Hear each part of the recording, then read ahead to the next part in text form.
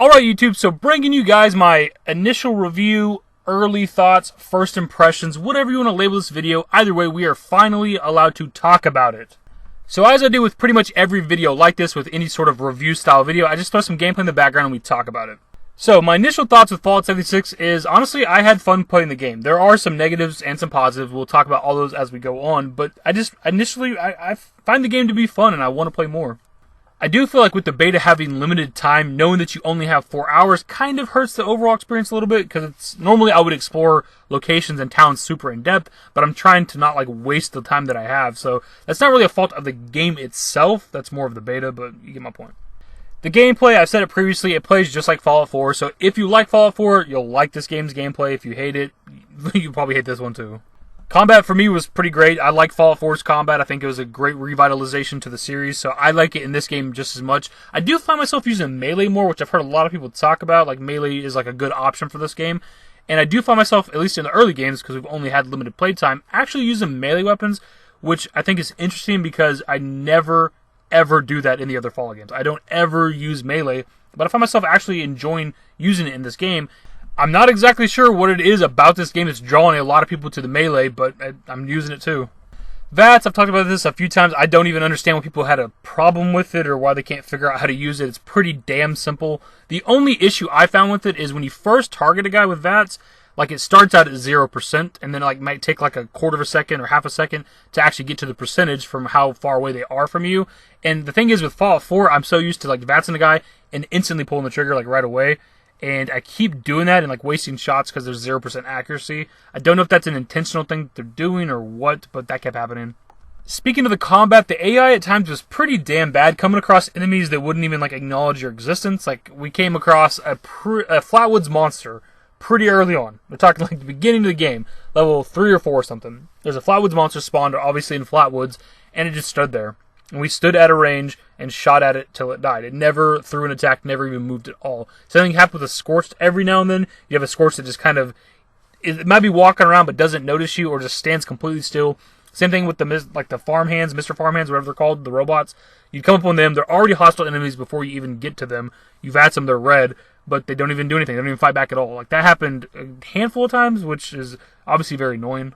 The looting seemed pretty okay to me. I had plenty of ammo for most of the guns that I had. The ones I kept using over and over, I didn't find enough ammo for, the hunting rifle and shotgun. I didn't find enough of that kind of ammo. But pipe pistol ammo and stuff like that, you find plenty of it. I did also get a few things that were out of my level range, like a black powder pistol and stuff like that. But unlike other people who've played the game and complained, it didn't even slightly bother me. It's here's a weapon or an armor I can't access. I'm not over here upset about it. It's whatever. I just continued playing the game. It's not a big deal. Talking about the weapons, I absolutely enjoy the crafting system in this game because you can build weapons from the ground up, and you can also scrap weapons, and when you scrap a weapon, it has a chance of giving you a mod for that type of weapon. So say you have 4 pipe pistols in your inventory and you want to keep one. If you scrap one of them, it might give you a new receiver mod, or you might unlock a grip, or you might unlock a reflex sight or something like that. And I find that very, very interesting compared to Fallout 4, where you just have a 10mm pistol and you go into the crafting station and you can see literally every available mod for it. So I like this a little bit better. When it comes to the settlement stuff or the camp system, whatever you want to refer to it as, I just don't care. I never cared for the settlement stuff with Fallout 4. Don't really care about it with this game. The only reason I use the camp is to bring up my stash so I can drop off a lot of my items, or to build my crafting stations. So I throw down the camp so it has all my my armor bench, my weapon bench, and my stash. That's really the only thing I find myself using the camp for. So if you're into it, it's probably interesting or cool or something. Seems like there's a lot to do more than Fallout 4 had, but I just personally don't care. The game still has frame rate issues, as we've seen since the Greenbrier event. It hasn't really changed that much. It might be a little bit better, but there's still some frame rate issues. During the beta itself, we actually experienced some freezing. There'd be the frames dropping, and then the game would just literally just freeze, and you'd be staring at the screen for 2 to 5 seconds or something, and then it'd get back to it, and then you'd keep playing. But it's that's something that is very, very annoying. Frame drop itself is pretty bad, but when the game actually just sits still and freezes, that's pretty frustrating. The exploration to me was completely great. It's my favorite aspect of the Fallout series and really just open world games in general. I just like to explore the world. That's my favorite thing. That's why I play these type of games. And to me, this seems to be arguably the best that we have to offer. Obviously, it's kind of linear in a lot of ways because there's not the NPCs, there's not a whole lot of in-depth questing to do or anything. But just in terms of actually exploring, you have really big towns, a lot of verticality, a lot of, if you see like a 2, 3, 4-story building, you could probably go to like every floor generally. And like I said, with the verticality, there are some pretty damn big locations, like really tall, like, you know, factory, industrial type buildings, like maybe hotel type of buildings. I'm not sure what they are exactly. There's a lot of really, really big places to explore, which I like, because Fallout 4 kind of did that. They teased that a little bit with some of the Boston area. And that's something I really appreciated from Fallout 4, was getting a lot bigger locations to explore, and there seems to be even more of that in this game. So I didn't really get to explore them in depth to, you know, find the quest there, or if there's any really good loot there that's hidden there, any kind of secrets or anything, because of the limited playtime. It's really going to be a big factor in the beta. Speaking of quests, it's exactly what I thought, and what we've been saying for a while now. It's pretty linear, like, let's be honest here. It was never going to be that in depth.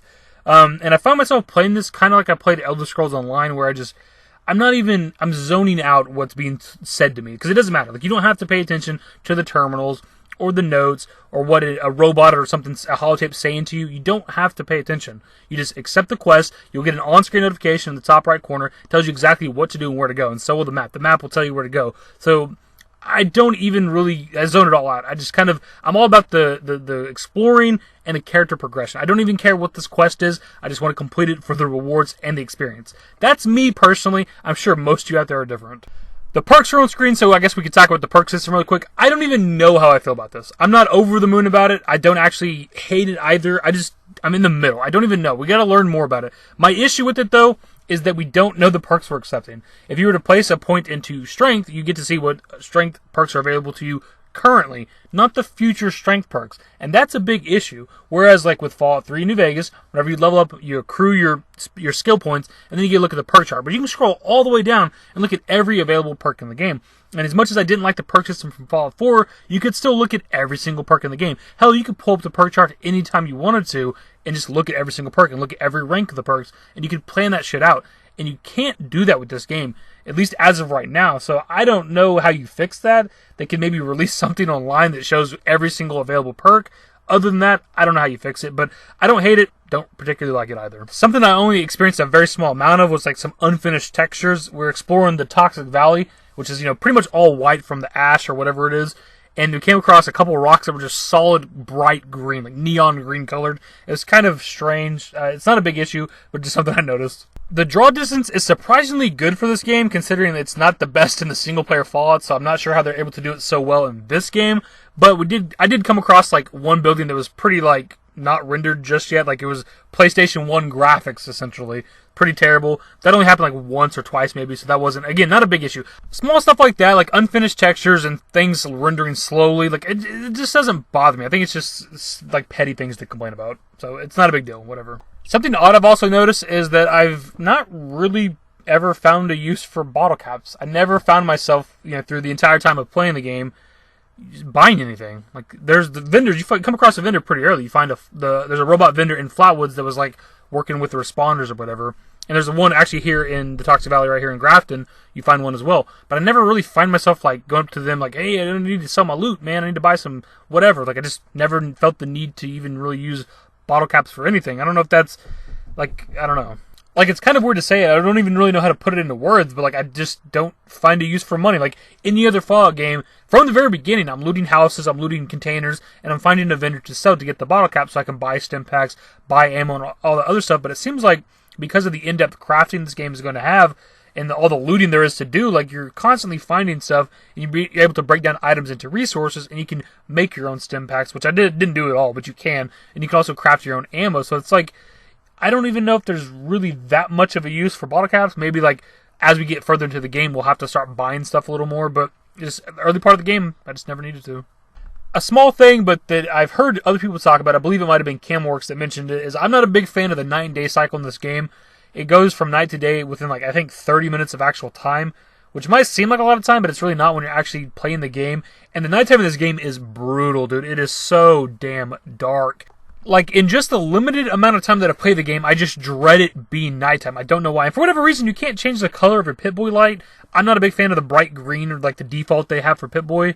Like, I prefer, like, like a yellowish color because it looks more like a light to me. And to me, it feels like it brightens up the area better. But for whatever reason with this game, you cannot change your Pip-Boy color. I don't even know why. But I wish the 9-day cycle was a little bit longer, like maybe an hour or something. Or maybe like the days a little bit longer, maybe the nights are shorter or something. I don't know. But just something about it is pretty annoying. And I think that's pretty much everything. We've kind of touched on just about all the general things for the game. This isn't really meant to be like an in-depth review. The only other thing I forgot to mention actually is that I did, on top of the performance issues, we actually did get disconnected from the server. It seems like a lot of people had that happen. I don't know if it happened to literally everybody. We thought it was on our end at first, maybe the Wi-Fi disconnected or whatever the case, but it turned out it was actually the game, and we hopped right back in. As much as I don't obviously want to ever be disconnected from the servers, it wasn't that big of a deal, just a waste of like 30 seconds or something. Initially, I wasn't going to make this video yet because I wanted to play the game a little more before I formed my opinion on it, but it turns out the beta is not happening every single day like we kind of assumed it was going to happen, so I figured I'd put this video out anyway.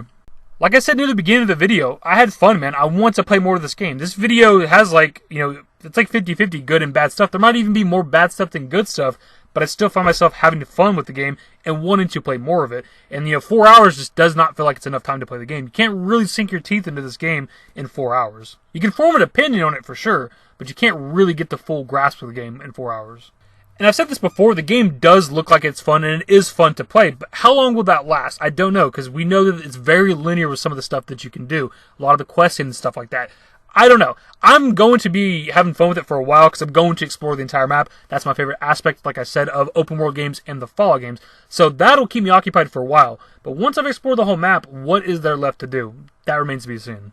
Anyways, guys, that'll wrap up my brutally honest review of the Fallout 76 beta. It gets a thumbs up from me. It's a recommendation. I don't know how much fun other people are going to have from it, but I had a great time. Anyways, can't wait to play more. Hopefully you guys enjoyed the video, and if you did, give it a thumbs up. Subscribe to the channel if you guys are new. Turn on notifications. Follow me on Twitter at TheDashingDavid, and my Discord. Links to my social networks are in the description and in the outro. Later, guys. Give me forever for a while, quit acting like a baby.